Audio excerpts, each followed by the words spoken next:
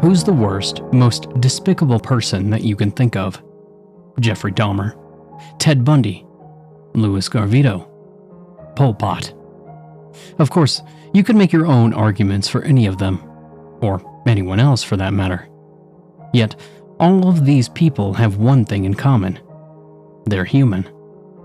Preposterous people try to act like monsters, either due to lofty, ridiculous ideals or some primal urge to revolt against society as a whole. It's quite the bizarre phenomenon. Yet, none of these admittedly sick people have truly fallen into the abyss. Perhaps they've stared down into it, sure, even dipped their feet in. But none of them have taken the plunge as a whole. And despite their efforts, they weren't able to separate themselves from their inherent humanity. But that's a good thing, that they were relatively easy to take down. The bad news is that every once in a while, special cases will arise. In our circles, we call these individuals the void people, or just the voids. Individuals so far gone that they can hardly be considered humans anymore. The causes behind entities like this? Well, I wouldn't know. Nobody really does. Maybe they were born with that latent potential. Maybe they underwent some obscure supernatural transformation. Maybe their experiments gone awry. Aliens from another planet. Shit, maybe they're literal demons from hell brought here by some fool who just had to conduct some fucked up ritual. Who the hell knows? The only detail that matters is the fact that they exist, and dealing with them is more than a bitch. I'm sure you're familiar with the concept of max security prisons. Places where drug kingpins, terrorists, prolific serial killers, that sort of like, they're all sent there. The places meant to contain the worst amongst humans. Well, those are a joke compared to where the voids are kept. As a pair of undisclosed coordinates built into the underground of a tiny island somewhere deep in the Atlantic, there exists a prison unlike anything that you could imagine. We simply call it the chasm. The penitentiary for pure, unbridled evil. A collective evil that would surely yield humanity's extinction in a couple of months if it were allowed to run rampant in the world. Let me emphasize this a bit further. The individuals that require being held there are not merely criminally insane. They are criminally absolutely out of this universe fucking bonkers. Of course, you wouldn't know any of this. Why would you? The government would probably sacrifice 1,000 children before they'd divulge a single detail about the place to a person without high enough clearance. But that's how they are.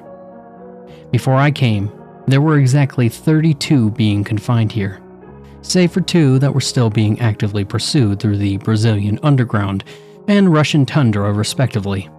That was about all of them in the world. At least, we assume that was all of them. Can't be sure about anything these days. Each holding cell was fortified to hell, specifically designed to counter and contain the respective void they were holding. If they managed to escape, there were 8 drones armed with Gatling guns, blades, grenades, and rockets waiting for them within a larger chamber. If they managed to break through that, then 20 guards in mechanized suits would have to step in. However, everybody understood the futility of that protocol.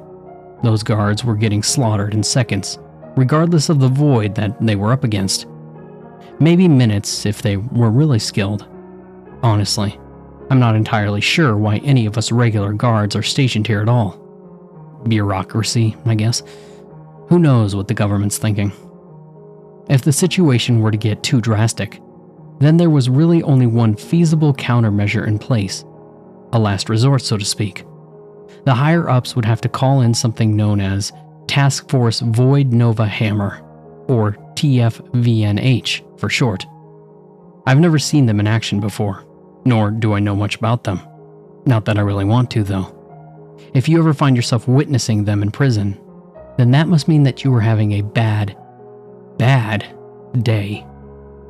So why am I disclosing all of this uber-classified information that would either get me killed or thrown into the deepest hole conceivable for the rest of my short life? Well, I'd estimate that there's about a 90% chance that I'm going to die by the end of today.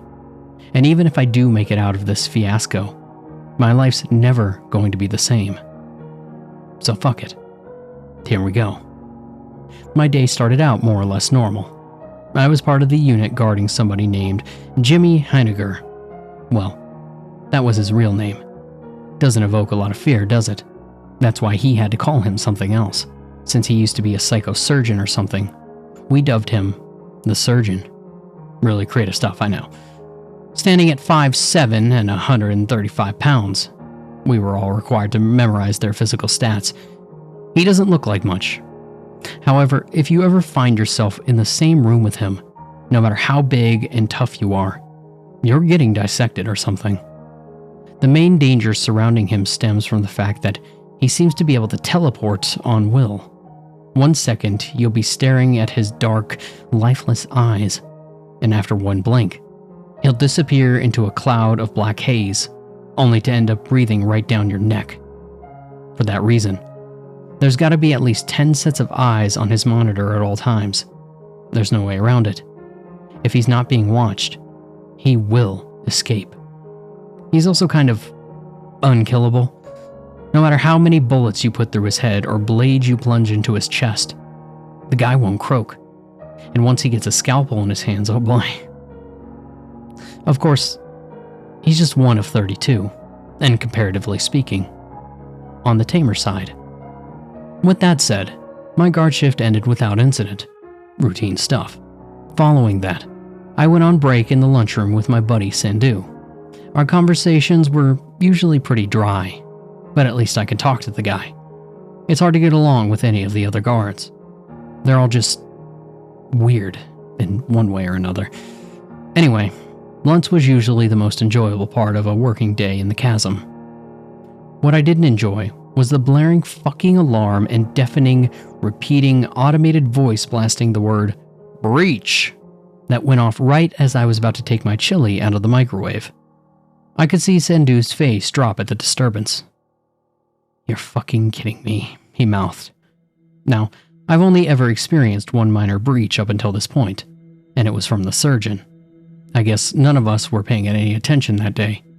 He made it about 8 miles off the coast using a stolen boat, racking up a total body count of 145 in his wake.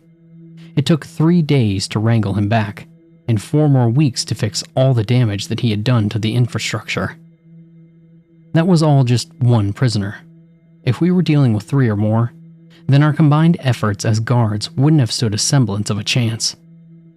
There had only been one major breach in the chasm's history, in which 8 voids had broken out nearly simultaneously. It was also apparently the only time that TFVNH had to step in. This was around 12 years ago, long before I became a guard myself. And the aftermath of that? I don't have high enough clearance to know. Well, I'm willing to bet that it was nothing fun. We do have a breach procedure.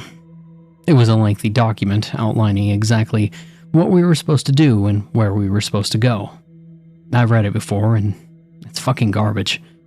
It's essentially predicated on the idea that we're cannon fodder, and that we're obligated to do whatever we can to contain the prisoners. If anyone actually followed the procedure, they'd die instantly. "Well, what the hell are we supposed to do?" someone asked. They only got shrugs in response. Except for Swanson, that is. I fucking hated Swanson.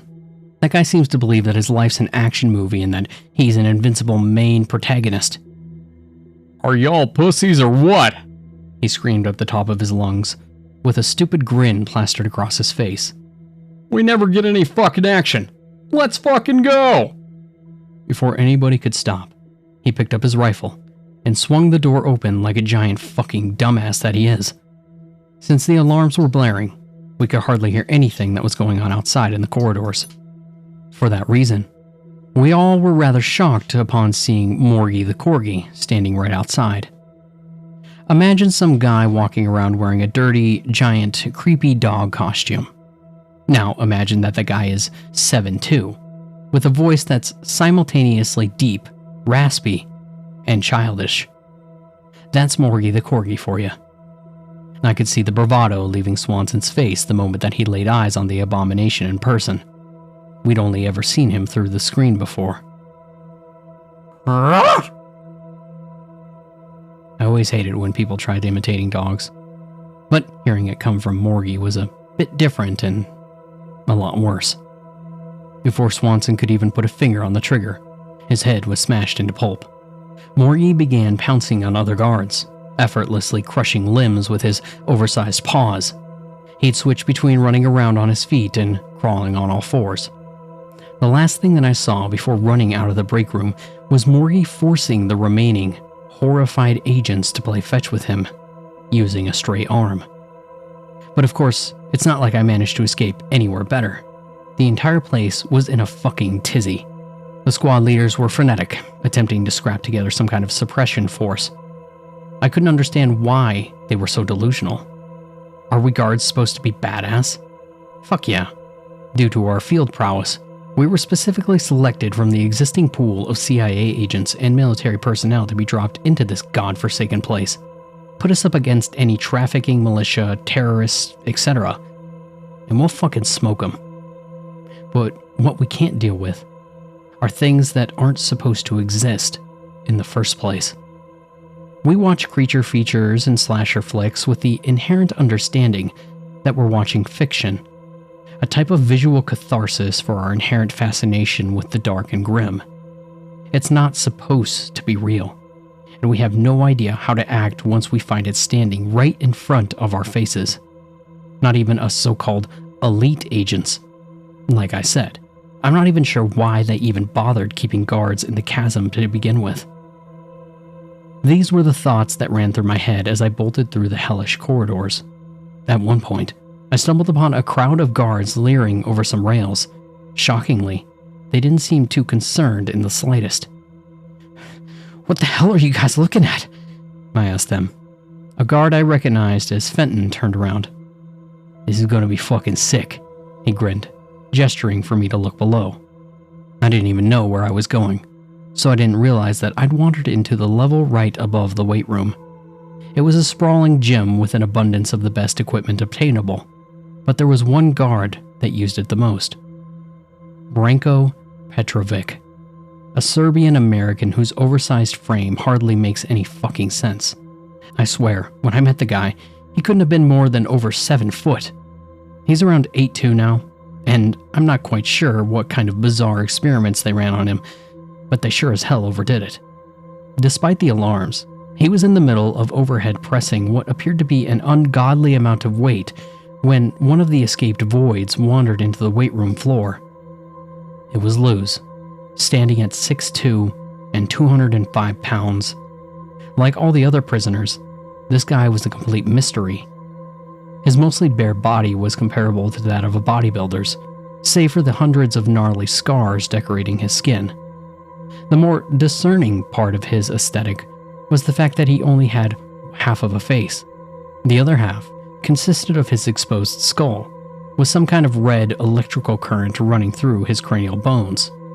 He had that same current running through his hands, which allowed him to savagely electrocute whatever organic material he touched, quickly rendering it into a pile of steaming black mush. I guess that my fellow agents didn't bother reading up on the prisoners that they guarded, because Branco never stood a chance. It didn't matter if you were superior to Luz in terms of strength. One touch and you were gone for. The only practical way to take him down was to be using ranged weapons, and even then, the task was easier said than done. Branco grunted like the dumb meathead that he is, before grabbing an Olympic weightlifting plate and checking it like a frisbee at Luz. It connected, seemingly shattering his ribs. But it wasn't nearly enough to take him down. As soon as he rushed forward, the fight had been decided. Branco attempted to tackle him, a mistake so horrible that his whole body began twitching as his skin made contact with Luz's fingers. The electricity spread through his giant frame, causing his vitals to shut down within seconds. In no time at all, he was reduced to a heaping mass of scorched flesh on the floor. He didn't even have time to scream. I could see the respective faces of my stunned colleagues drop as they witnessed what they likely deemed an improbable outcome. Idiots. That's what they were. But truth be told, I was also an idiot for even bothering to stay. Not long after, the sounds of cracking bones and heavy footsteps began emanating from an adjacent walkway. Along with the rest of the agents, my gaze shifted towards what was sure to be another incoming menace. The locked, metal door to the corridor was suddenly dented from the other side. A big fucking dent, mind you. It only took one more blow to blast it off its hinges completely. Standing at 6'6", 242 pounds, and arriving in a haze of blood, guts, and limbs, was the slasher flick-esque killer colloquially known as Wirehead. In congruence with his name, his entire head, save for a single eye, was wrapped in a rusty barbed wire. He wore a decrepit old leather jacket and jeans, complete with a large pompadour on top, like an 80s or whatever high school delinquent. Everybody's main concern was the weapon in his hands, a large iron bat wrapped in the same barbed wire on his head. If you didn't die from the impact, which was unlikely, the subsequent infection would surely get you. And don't ask us why we didn't take this weapon away when we contained him. We did. But somehow, some way, he got it back. These things really can't be helped. What the hell is going on? I thought. Breaches happened, sure, but it seemed as if every single fucking void has somehow escaped. How is that possible? In any case, I couldn't afford to think deep into the moment. As Wirehead began mowing down the mystified agents in his way, I found myself accidentally making eye contact with Luz from below. I nearly had a heart attack as I began pushing through the crowd. Even though I was implicitly certain of the fact that there was no other location within this chasm that would have been much safer, I was still being driven ahead by my flight or fight response, away from the immediate threat. It was kind of funny. I'd been through so many life or death experiences that my reaction to adrenaline coursing through my veins had been dulled. Well, it sure as hell got invigorated today. I guess that's why I wasn't paying attention enough to my surroundings, because right as I was about to climb a staircase, I felt an oversized hand slam into my chest, knocking me over in the process. I looked up to see another guard, Cade, leering down at me. Sure, I was happy it wasn't one of the voids, but Cade wasn't much more pleasant. "Where are you running for?" He shot me a smug grin. "This is a breach, ain't it? Why don't we do our jobs here and fix it?" "No, fuck off," I spat at him before trying to duck past. No luck there. He caught me by the collar and slammed me into a wall. He certainly had a weight advantage. Still, I didn't practice hand-to-hand combat just to be ragdolled by some asshole. I slammed my elbow down into his wrist, which managed to loosen his grip. I followed up with a knee to his stomach and then attempted to strike his neck. But then he got my wrist mid-punch. "Nice moves," he said in an obnoxiously sarcastic tone. He took his palm and rammed it into my chin, nearly causing me to black out. In the meantime, Wirehead was getting closer. "Guess we'll have to take this up another time," he said. "Somebody's got to work around here." I have no idea what he was thinking trying to take on one of the voids, but I wasn't trying to see his delusions through in person. Still in pain from his palm strike, I pulled myself up and began running once more, all while the sounds of carnage escalated around me. But there was a glaring issue. I had no idea where I was going. The exits were surely going to be blocked off from the inside. Do we have some kind of safe room? I thought to myself. No, of course we didn't. We were entirely expendable. They 100% expected us to fight these things head on, even though that there was zero fucking chance of victory on our side. There was only one thing that I could do here. Survive until TFVNH showed up. Obviously, that wasn't any kind of guaranteed reprieve, but my options were slim. Nevertheless, something rather surprising transpired. Amidst the cacophony of frantic orders from our superiors, a familiar voice snuck in through my radio. You alive? It was Senju. I picked up my radio and isolated his transmission. Yeah, where are you, man? Block C. Got lucky and found something weird.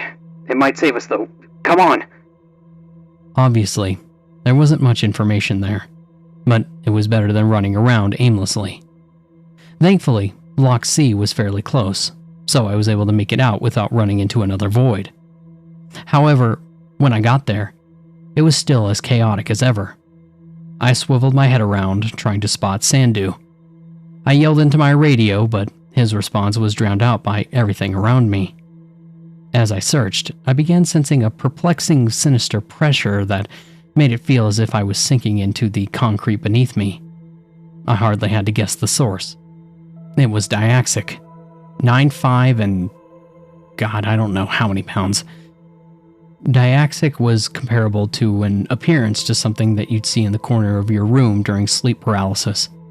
A hulking, faceless figure wearing a sweeping black robe that jerked around in unsettling motions as he, or she, who knows, walked. I wasn't sure how he killed people, mind you. As soon as anybody got within a certain distance to him, they'd freeze in place and begin bleeding from their eyes.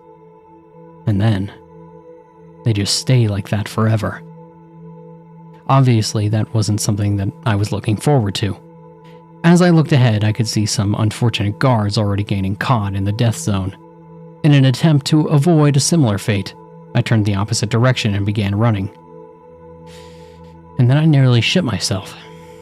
Standing about 10 feet away was the undead Nazi, 5'8", 143 pounds. His name essentially told it all. A man wearing a dirty and tattered SS uniform, with a cracked gas mask covering his face. In one hand, he gripped his signature Kampfmesser 42 blade that was inexplicably unbreakable, no matter what the hell we tried to do to it. In the other, he held a flamethrower hose connected to a massive tank on his back, which sprayed out some sort of scorching black flame that would supposedly yield pain beyond comprehension if you were ever to come in contact with it. You could say that I was stuck in between a rock and a hard place. The only other way out was to take a plunge over the rail in front of me, onto a mass of scrambling bodies 50 feet below. Before I considered simply saying my prayers, I felt a hand tug at my sleeve from the side, giving me another heart attack. But this time, it was good news. For once, I looked over to see Senju poking his head out from what appeared to be some kind of hidden door in the wall. "Let's fucking go!" he whisper-shouted before pulling me in. He closed the door behind him, plunging us into complete darkness. "What the hell is this place?" I asked, hardly expecting a detailed response. Senju illuminated his face using his phone's flashlight. "Couldn't tell you, but it's kind of fucking crazy." I could hear the Nazi begin to spray his flamethrower from out in the corridor. I suddenly wondered whether or not Diaxic's power would apply to other voids.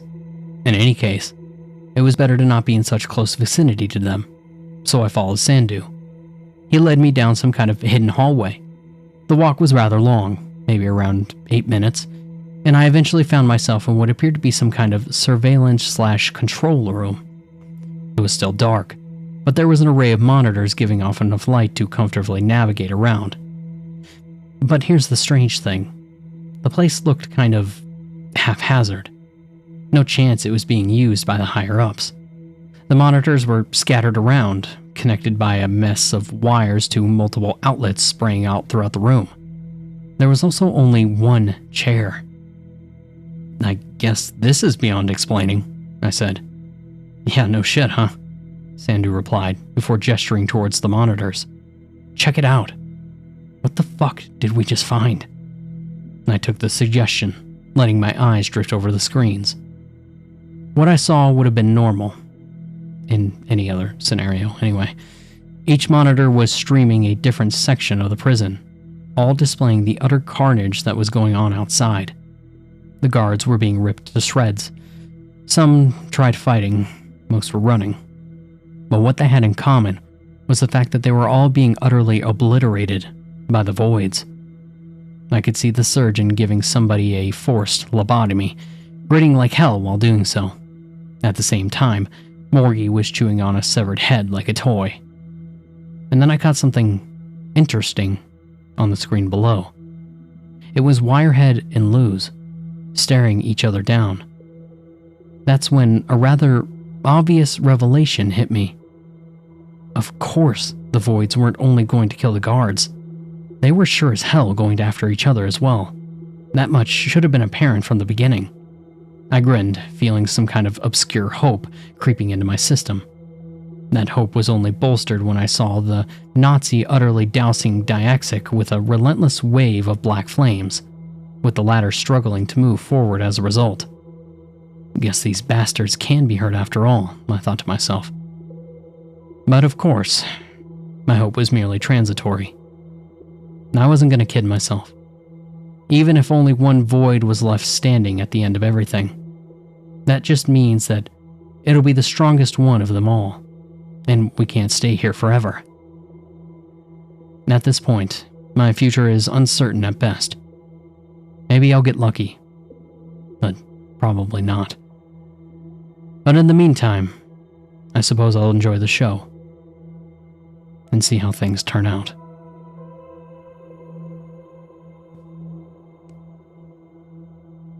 This place gives you the creeps, doesn't it? I couldn't disagree with Senju's assessment of the bizarre room that we found ourselves in. The monitors only illuminated the area up until a certain point. However, we couldn't see any walls, which meant that the place had to be bigger than we could actually see, either by a little or a lot. We couldn't know unless we decided to venture further into the darkness.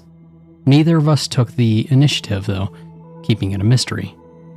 Still, it didn't feel like anybody was in there with us, so we allowed ourselves to relax a bit. I took the first sitting shift, lying back in the chair and focusing on the monitor that I deemed most interesting at the moment. Wirehead versus Luz. Who was I rooting for? None of them.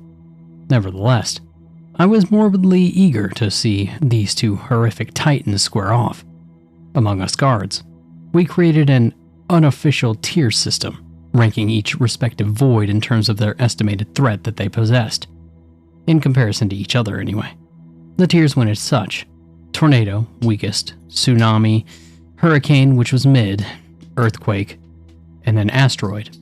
Highest imminent death. Get the fuck out. They were also divided into subdivisions: high, low, and mid, etc.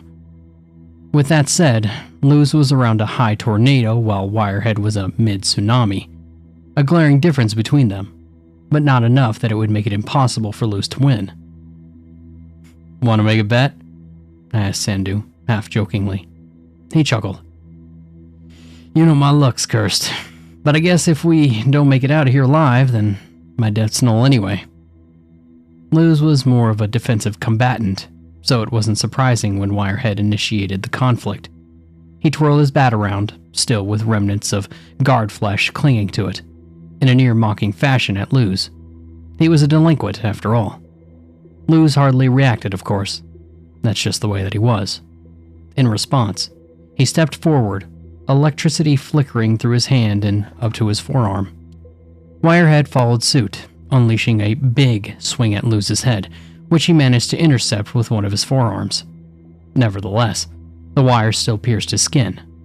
Wirehead followed up with a headbutt, but this time, it connected with the flesh side of Luz's face, slicing him up rather gruesomely.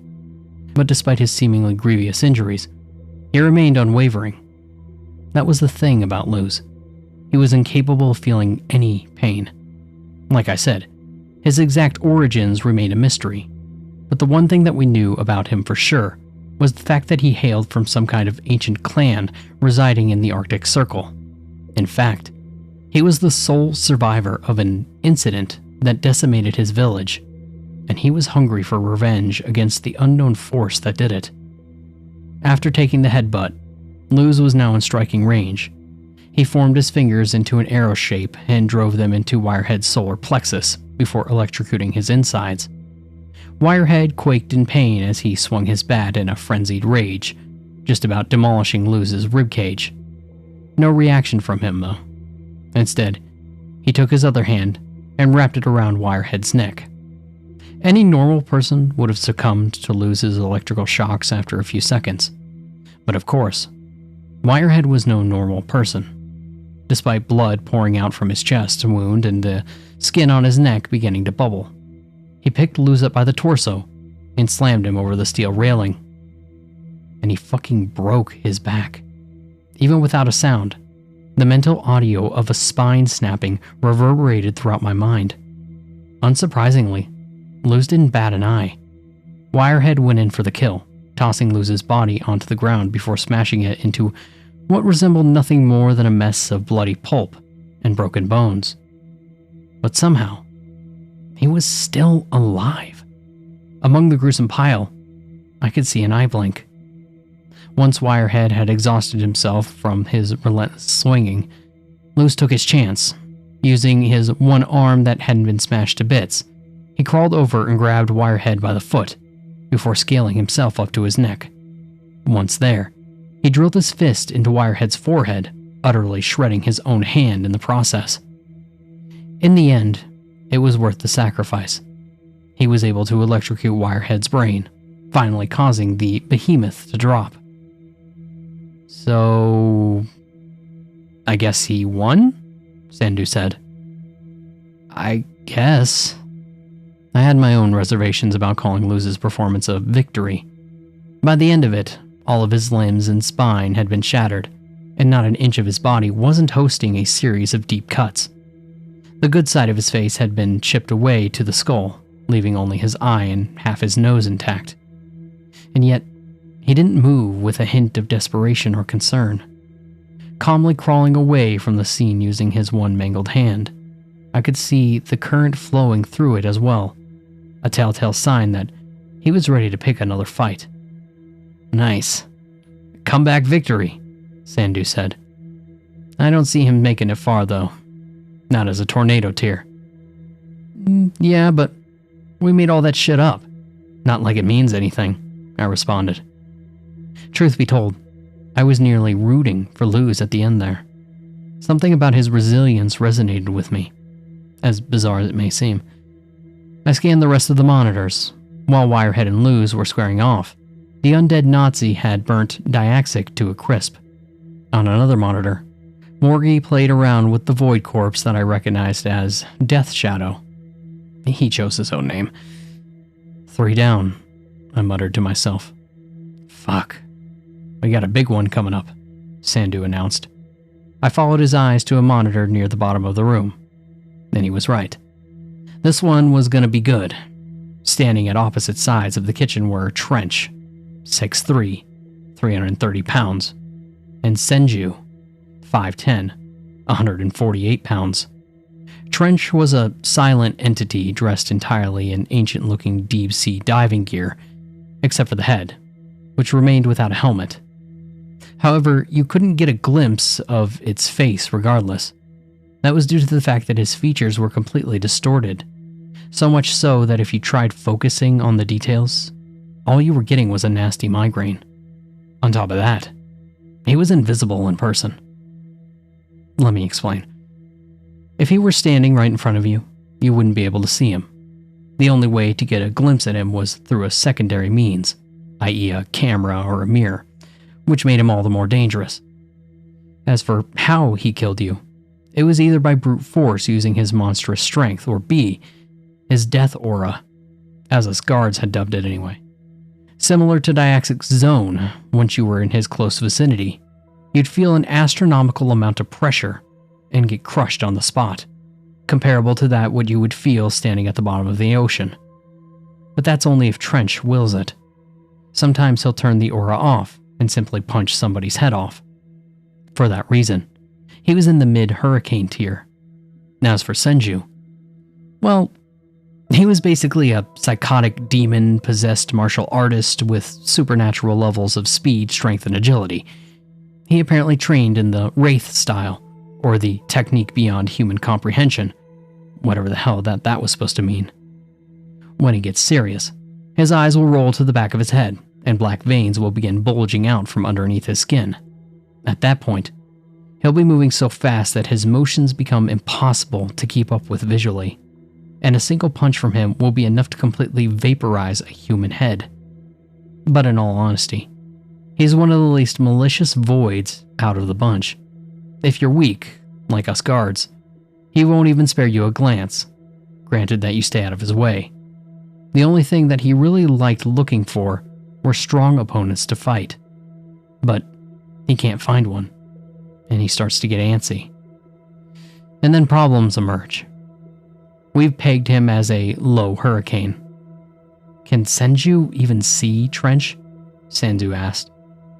I guess so, I responded. The question was worth asking, but I wouldn't have been surprised if Trench's aura invisibility simply didn't work on him at all. That seemed to be the case, since Senju decided to strike first. He rushed forward at an unfathomable speed, directing what must have been hundreds of strikes in succession at Trench. However, none of them fazed the obscure diver. I could see Senju's lips curling into a psychotic grin at the fact. He currently found what he was looking for. The floor beneath him cracked as his eyes turned white and his grotesque veins began bulging. If we couldn't see his strikes before, he was beyond impossible now. He rushed forward, unleashing a maelstrom of lightning-like punches, elbows, and kicks against Trench. This went on for about 5 seconds before he was stopped dead in his tracks. Trench had grabbed him by his throat, still not looking any worse for wear in the process. I could see Senju mouthing something to the effect of, "What the fuck?" before he was tossed into a metal fridge. It certainly appeared as if Trench was too much of a tank for him to handle. Nevertheless, Senju got back up and cracked his shoulder in place with blood leaking from his mouth. And then he seemed to let out a little bit of a shriek. Crazy fucker, I thought to myself. What the hell did it take for somebody to become like this?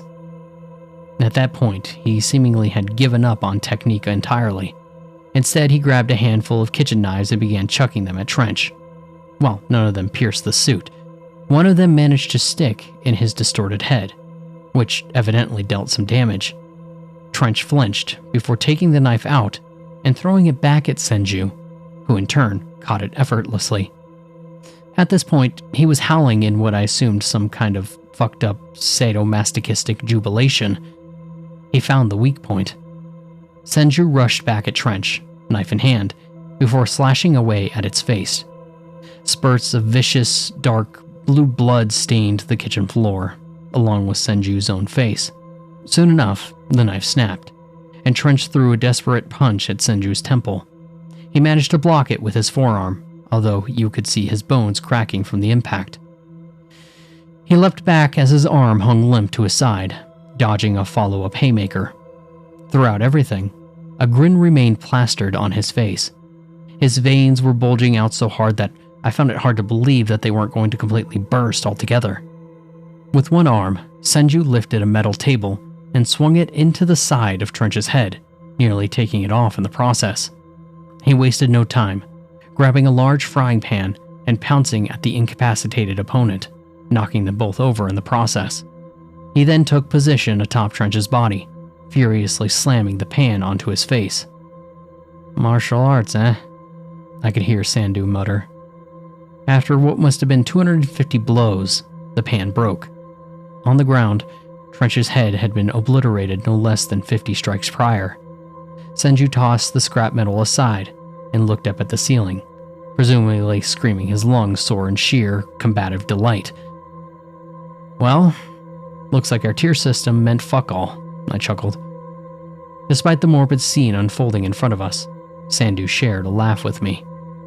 We were at this point where the absolute absurdity and danger of the situation began to fade from our senses. Hell, I suppose we were enjoying ourselves, as fucked up as that may sound. We kept watching as Senju got up and stumbled around, evidently disoriented from both his injuries and successive fits of fighting spirit-induced raged euphoria. He took about 4 steps forward before his head exploded, throwing the two of us watching for quite the loop. Another figure stepped into frame, whom we recognized as Satanbot, 6'11", 535 pounds. I felt a shiver crawl down my spine upon seeing him, somewhat snapping me back into reality. Despite his comical name, Satanbot had to be one of the most frightening voids out there. I just couldn't understand what the fuck he was supposed to be. His body appeared to be robotic, but moved in ways that were too fluid for even the most sophisticated android, like legitimate metallic flesh. It was honestly maddening to look at. On top of that, he literally resembled the fucking devil himself. Reddish black, scaly skin, metallic shell, and a mouthful of exposed, razor-like teeth, rectangular, slanted crimson eyes, and a pair of large mechanical wings, and a long tail ending in something that resembled a three-pronged spear to boot. For whatever reason, he also had a rocket launcher atop his right shoulder and a Gatling gun connected to his left hand. No, these were not mechanical modifications. They were literally connected to his body. He was unanimously considered one of the most dangerous voids residing in the chasm, rated at a high earthquake. Even if Senju was at his full strength, he wouldn't have stood a chance. "Oh shit," Senju commented. "I was hoping he didn't escape." "Well, let's not worry about him for now," I said, turning my attention to another monitor. What my eyes landed on next was an utter massacre. Sitting atop a pile of guards' bodies that must have eclipsed 6 foot was Hugo Wright, aka the Brutal Bishop, 6'2" and 200 pounds. Like his name indicated, he was dressed in a traditional Vicar priest outfit. The only difference was the fact that the cross he wore around his neck was fashioned out of blades. The man himself had long, sweeping black hair and about 14 bags under both of his dead blue eyes. It was unclear to us what his real motivations were. It's not like he really followed the rules of any religion on Earth, despite his outfit. He just went on long rants about the sin of natalism and the futility of existence and how, to reach a state of sanctity, we must first reach a clean state. Basically, he wanted to kill every sentient being on Earth, and then himself. He wasn't all talk either. He was certainly strong. We rated him at a low hurricane, and after praying to whatever fucked up deity he worshipped atop his pile of corpses, he slid down and began stalking the corridors for some victims to fulfill his holy objective. Who he came across next couldn't have been more perfect. Kal Siva, aka Vampire Cop, 5'9" and 176 pounds. Kyle was rather interesting, being that he was one of the most cooperative voids. In fact, he was the only prisoner that willingly turned himself in. His backstory was interesting as well, and of the few that we actually knew about. He used to be a prolific, merciless Brazilian cop who patrolled the most dangerous parts of Rio. It was so much so that he earned a reputation amongst the criminal underground as the Reaper. But he was still only human. During one fateful mission, his entire unit was massacred during an ambush attack by about a dozen distinct gangs who were all unified under the same goal of taking him down. He was the only sole survivor, but was captured in the process. After being brutally tortured in a warehouse for about 5 hours, the lights suddenly went out. During this period of darkness, the only sounds entering his ears were those of carnage. Every single gang member was being obliterated by some unknown force. At the end of the bloodbath, he could hear footsteps slowly approaching him, before a deep, raspy voice whispered something into his ear. "There's potential in you. Allow me to bestow you with an opportunity." He felt a sharp pain enter his neck before the hidden entity spoke to him again. "Fulfill your duty." And then he passed out. When he woke up, he found himself in his bed, with all of his wounds from his torture session just about healed. All wounds except for one, a bite mark on his neck. His appearance had also changed drastically. Pale skin, dark eyes, and fangs. He'd heard about the stories, but could hardly comprehend that he'd become one himself. While he couldn't handle being exposed to the sun anymore, he found himself with superhuman strength and regeneration, which he used to brutalize criminals at night as a vigilante. However, it didn't take long for him to go too far. One night, he went into a frenzy, breaking into the house of a suspected rapist and killing everybody inside. Everybody including the rapist's innocent mother and daughter. His resolve in regard to justice had never wavered, remaining strong no matter what he went through. For that reason, he could hardly live with the guilt on his conscience, and walked to the police station he used to work at, turning himself in to his former colleagues, all of whom thought that he was dead. Of course, the news spread quickly, and that's when the CIA stepped in and transferred him over to the chasm. He put up no resistance. In fact, he deemed the chasm a place where he 100% belonged. Safe to say, he was a rather bizarre case, yet we still put him at a low hurricane, same as Hugo. On the monitor, I could see Khalil's lips moving, wanting to hear what he had to say. I began looking around to see if I could get some sort of audio. Didn't take too long for me to find the volume control panel, which was located right under the middle desk. Thankfully, whoever set this weird place up took the liberty of labeling each switch with its respective monitor. I turned the volume up right in the middle of Khalil's spiel. Dangerous scum. I'm going to have to dispose of you before it is too late. Hugo's face remained expressionless.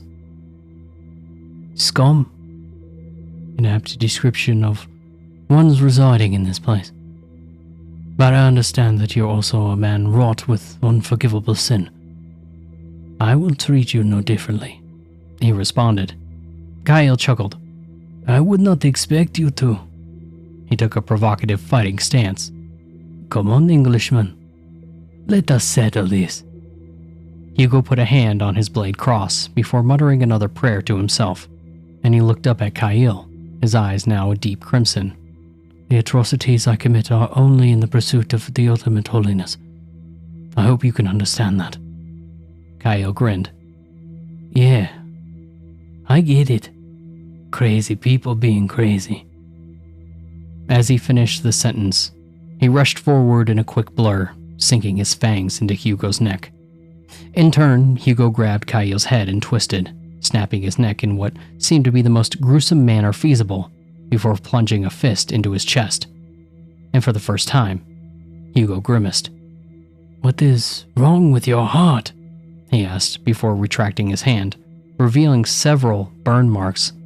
Khalil twisted his head back into place before shooting Hugo a bloody grin. I could not tell you, buddy. They traded blows for a few more minutes, pummeling each other into oblivion. While Khalil was certainly more skilled and had more tools at his disposal, Hugo possessed more raw power. Eventually, it came to a standstill. Khalil had suffered upwards of 20 fatal injuries, forcing his regeneration ability to the brink. Hugo was bleeding all over the place, and had about 6 bone fractures, an eye gouged out, and an ear ripped off. You're pretty fucking annoying, aren't you? Khalil rasped out. Hugo bent over, coughed up a mouthful of blood. Likewise. In the meantime, their confrontation had drawn an audience. Coming in from an intersecting corridor was the Infernal Gladiator. 6'7", 285 pounds. He was a high hurricane. Imagine an extremely buff zombie that was perpetually burning, clad in ancient gladiator gear. That was him. In one of his hands, he gripped a gigantic flaming sword, and in the other, he held 2 leashes, both holding respective voids at the neck, crawling at his feet like dogs straight from hell. One was the Freak, 6'10" and 253 pounds, a slouching humanoid monster with strange flickering eyes and a grin that wrapped around its entire head. The other was the human-ish centipede, 6'4" and 372 pounds, a centipede-like creature that had vaguely human face covered in about 6 eyes, with an iron muzzle obscuring the mouth area. It crawled on 10 colossal veiny arms. They were both mid-tornado tier, not incredibly powerful. They were merely simple, aggressive beasts that possessed nothing but primal bloodlust and strength that was comparable to about 3 bears put together. For that reason, They were easily converted into disposable weapons by the much stronger and much more intelligent gladiator. Fucking hell, Kyle said upon seeing the trio. That's fucking disgusting. Bloody abominations, Hugo added. Nothing but creatures that stain this earth. They both looked at each other and nodded, an explicit sense of mutual understanding between them. I suppose that a few of the voids teaming up should have been inevitable. Oh boy, this is heating up, I said, turning towards Senju. He didn't respond at first, instead looked as if he were trying to focus on something that wasn't on the screen. What the hell's the matter? I asked him. I think there might be somebody else here. Don't turn around, just keep watching. Pretend like you didn't hear it, he replied, hardly above a whisper. It's not like I had to pretend. Hear what? I thought to myself. And nevertheless, I'd seen Senju more serious. I turned my attention back to the monitors, while forcing my ears to be alert. And about 10 seconds later, I heard it. It was soft, for sure. I wasn't surprised that I hadn't noticed it up until that point. Somewhere in the darkness behind us, somebody was definitely trying to contain a giggle.